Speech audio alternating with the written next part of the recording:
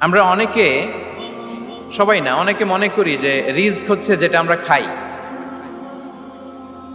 যেটা আমরা খাই এটা রিজিক, অথবা যে অর্থ আমরা উপার্জন করি এটা রিজিক। আমাদের অনেকের ধারণা, আসলে রিজিকের ব্যাপারে আমাদের ধারণাটা পূর্ণাঙ্গ নয়, এর বাইরেও অনেক কিছু আছে। রিজকের বাংলা হচ্ছে জীবন উপকরণ, ইংরেজিতে বলে সাস্টেনেন্স বা প্রভিশন। অর্থাৎ জীবন পরিচালনায় একটা মানুষের যা যা লাগে তা সবই রিস্ক। শুধু আমরা যেটা খাই, যেটা উপার্জন করি, শুধু এতটুকুই রিস্ক নয়, এটা অনেক ওয়াইডার সেন্সে আমাদেরকে চিন্তা করতে হবে। আমরা আমাদের পুরো জীবন জুড়ে যা পাই, যা খাই, যা অর্জন করি, যেটা লাভে ধন্য হই, সবটাই রিস্ক। আমরা অনেকে যে বুঝি যেটা আমরা খাই, যেটা উপার্জন করি এটা রিস্ক, এটা যে একেবারেই রিস্ক নয় সেটা নয়, তবে এটা আংশিক সত্য, এটাও রিস্ক। অর্থ, খাদ্য, জাগতিক সম্পদ এটাও রিস্ক, কিন্তু এটা রিস্কের সর্বনিম্ন স্তর, the lower level of provision, the lower level of risk হচ্ছে এই যে খাদ্য, অর্থ, জাগতিক সম্পদ। রিজিকের সর্বনিম্ন স্তর হচ্ছে এটা। আর রিজিকের সর্বোচ্চ স্তর হচ্ছে ফিটনেস। সুবহানাল্লাহ বিহামদি।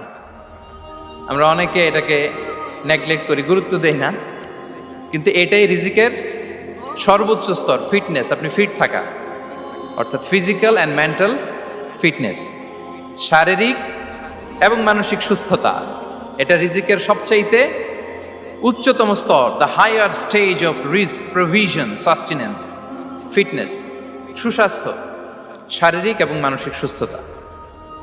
কারণ আমাদের স্বাস্থ্য যদি ভালো না থাকে, ফিজিক্যালি মেন্টালি যদি আমরা ফিট না হই, পৃথিবীর সব নেয়ামত আমার পায়ের সামনে হাজির করলেও আমি কিছুই উপভোগ করতে পারবো না। এজন্য এইটা সবচাইতে বড় রিস্ক। এবং রাসূলুল্লাহ সাল্লাল্লাহু আলাইহি ওয়াসাল্লাম তিনি বলেছেন যে নি'মাতান মাগবুনুন ফীহিমা কাসীরুম মিনান নাস, আস-সিহহাতু ওয়াল ফারাগ। দুটি নিয়ামত আছে যে দুটি নিয়ামতের ব্যাপারে মানুষ খুবই গাফেল, উদাসীন, গুরুত্ব দেয় না।